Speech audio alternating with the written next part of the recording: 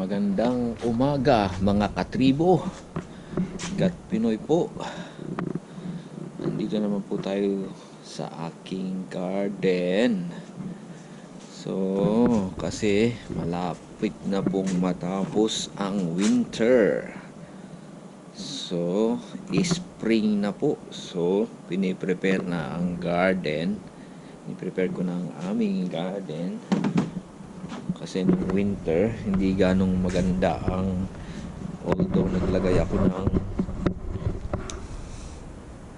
anong tawag dyan, greenhouse na maliit, 3 meter greenhouse, 5 meter greenhouse, hindi naging successful ang tubo sa greenhouse. So ngayon inaayos ko siya ulit. So ayan po siya. So springtime. So, ayan po yung natira sa winter greenhouse garden. So, yung pong iba, ayan po, tinanggal ko na siya. Tinanggal ko na yung chili. So, masyado nang matagal. So, meron na po atang 6 na buwan. So, hindi na siya lumalaki. Hindi na rin nagpo-produce ng sili. Kaya, time to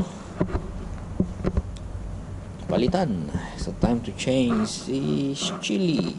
Refresh. So ayan po ang natira sa aking garden. So, namamayag pag ang gabi. At saka ayun, kinakain ng insekto itong alugbati. Ang aming alugbati. So kailangan matrim. I-trim ko siya. So yan po ang mga natira. Ito naman po ay sagu-sagu. Anong sagu-sagu? At tinanim ni MRS Shirley. Yan po. Tapos ito po, hindi ko po alam yan, pero masarap. Yan yung mga natira. So, aayusin ko po yan. Itong celery, namamayagpag. Kahit na puno ng anong tawag doon? Suso. Suso. Kinakain ng suso ang kanyang dahon. Susupo ngayon ang insekto. Nisprayan ko siya kahapon ng pesticide para mawala. Tingnan ko kung anong mangyayari sa kanya. Bumili rin po ako ng mga bagong seedlings. Mga binili kong seedlings ngayon. Ito po siya. Ang pangalan ay Bokchoy. Joy Choy ang tawag sa kanya dito. At saka ito po dalawa siya. Hindi, Bokchoy Green Fortune. So Bokchoy pero magkaiba. Hindi ko alam kung anong nagkaiba. Si Green Fortune andun, tapos Bokchoy at saka Joy Choy sabi. Saka ito pa green giant red mustard. So mustasa po. Ito masarap, medyo mapait-pait na. Hindi mo masarap. Gusto yan ni MRS Shirley. Ayan, yan po ang mga itatanim ko ngayon. Ano pa ba? Ito pa po. Ayan. Ayan. Kamatsuna mustard spinach. So spinach daw po siya. Para ring pechay. Yan ang tawag nila. Naman po, ayan po, is mustard spinach din. Meron pa. Tapos spinach. Mahilig po kami sa spinach. Takaw sa spinach. Ako, takaw sa gulay. Gulay lang po ako, buhay na. Chili, Thai chili hot. Sabi hot. So, hindi yung old na chili. Palitan ko siya ngayon na ang new. Tingnan natin kung paano siya tutubo. Saka yan po ang mga itatanim ko today. Bago po yun, ayusin ko muna ang garden. So dinidesisyonan ko pa kung tatanggalin ko itong mga to at yun na lang ipapalit ko. So dadagdagan ko, tatap-upan ko rin po siya ng soil. So ayusin ko munang mabuti ang garden bago ko ilagay ang mga tanim. As usual.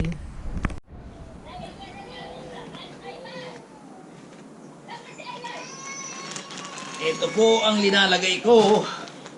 So, tomato and vegetable mix sa garden. So, itatap-upan ko siya kasi medyo bumaba. Lalagyan ko muna siya nito. Rich Grow.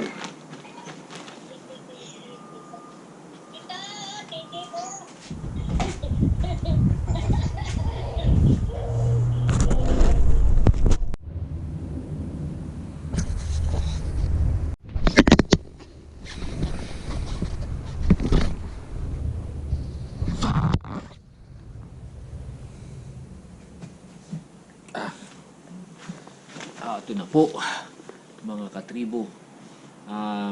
Hapon na po siya. So, tuwing magtatanim po ako ng tanim, ng seedling, ginagawa ko po sa hapon. Kasi, para maka-recover ang halaman. So, pag hapon, gabi, so meron po siyang 12 hours, more than 12 hours, para maka-recover bago siya mainitan. So, ganun, parang wound, meron siyang leeway na hindi mainitan para hindi mamatay. So, mas malaki ang chance niyang mabuhay sa gabi kaysa mabilad sa araw. Kaya ginagawa ko siya tuwing hapon ang pagtatanim. Yun lang po ang aking natutunan sa aming bayan. So, yan po siya ngayon. Ito po ay spinach. Spinach daw po siya. Yan. Isa-isahin ko ng tanim. Spinach.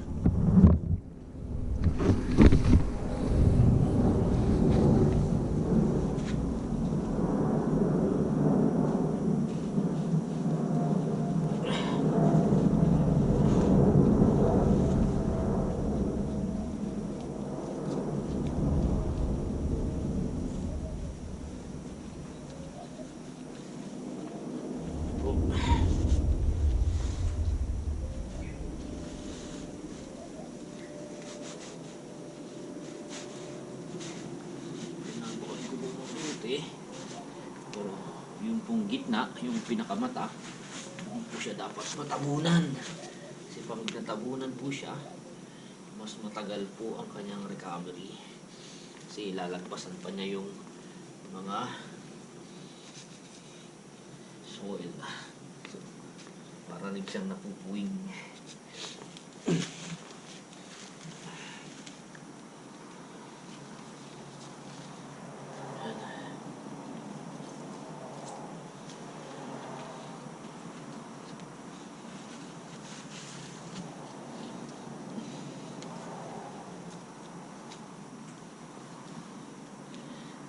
Na 2 buwan, so 60 days,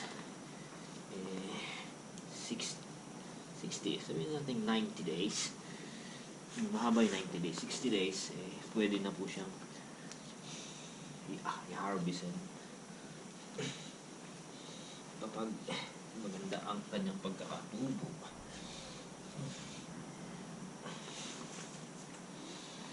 So, kailangan lang po alaga sa dilig, huwag namang masyado para di malunod. So, kailangan naalagaan mabuti, diligan, asikaso.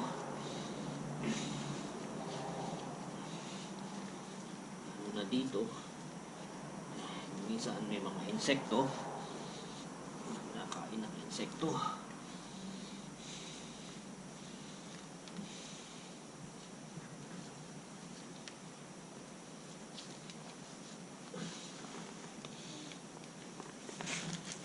Oops.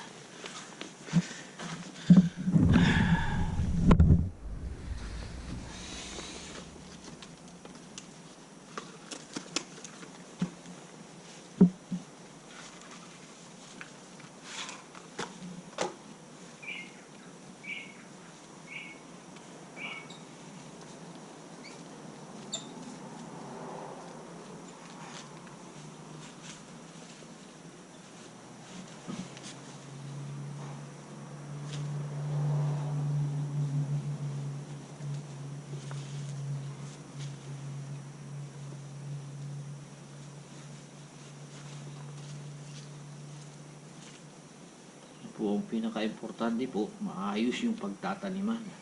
So, na flow na mabuti. Tapos yung kuha niya pang vegetable, yung lupa, ang nutrient niya kailangan ay pang vegetable. Kasi may mga sa Bunnings, sa binibilan po namin, may iba-ibang klase. So yung iba, pambulaklakin. So may mga citrus din, pang citrus. Ito po yung lupa na ginagamit ko is pang vegetable. So dinisan nila ito pang vegetable. So vegetable, tomato and vegetable.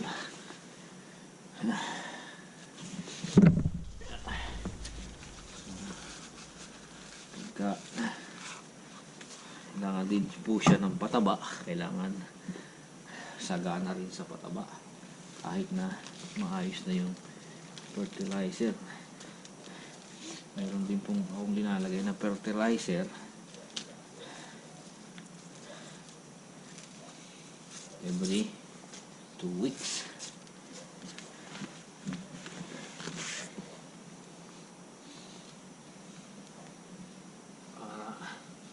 Mas mabilis siyang lumago. So pechay na po ang tinatanim ko ngayon. Yan, isa-isa ko pechay. Sana lang tumubo siya ng mabuti.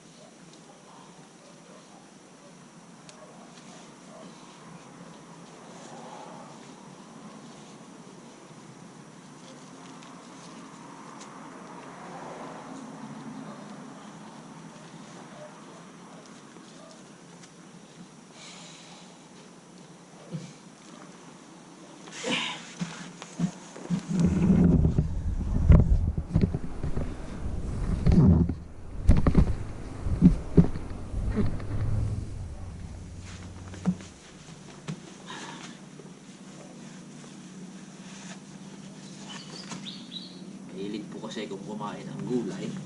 Kaya nagtatanim na lang ako.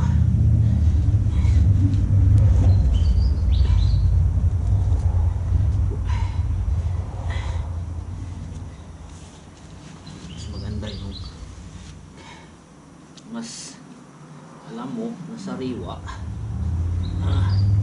Sa pag fresh, mas mainam ang fresh galing sa garden. So, mas masustansya.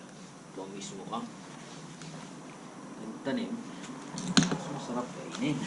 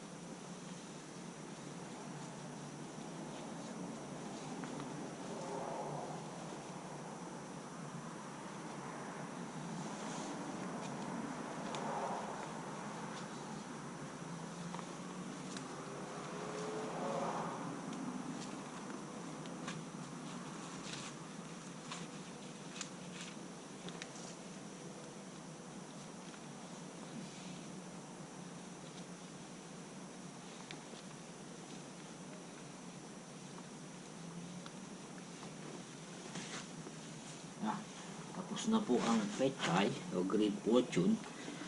Ano naman siya? Mustard spinach. Spinach naman. Ngayon. So, yan. Nakapareho po sila na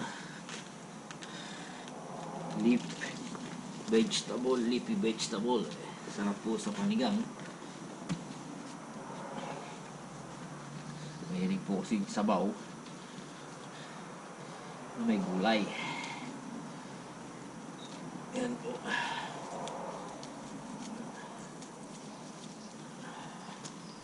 Mahilig po sabaw na may gulay.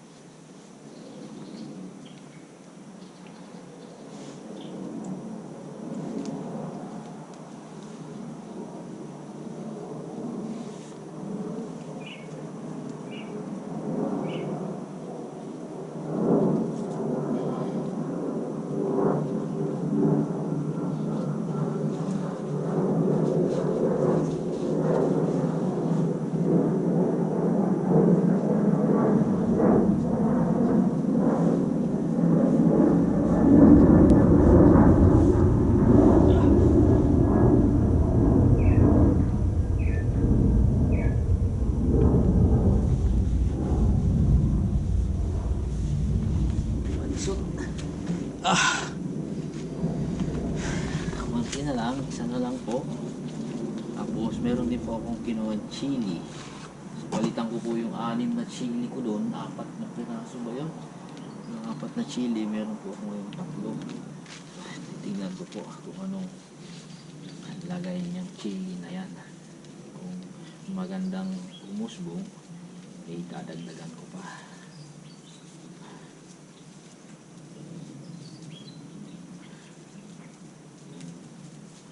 Maganda ang bulas niya, eh madagdagan ko pa siya.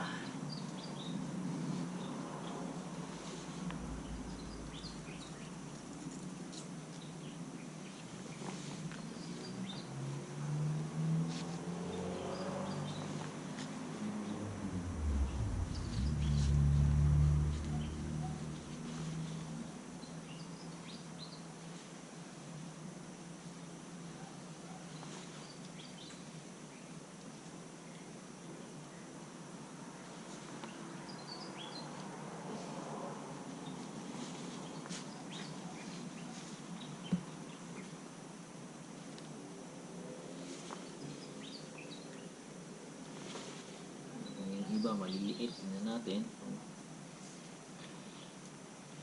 maka-recover sila dito. So, isa-isa natin siya. Wala siyang kaaway. So, wala siyang kasalo. Kanina, para mamayagpag siya mag-isa.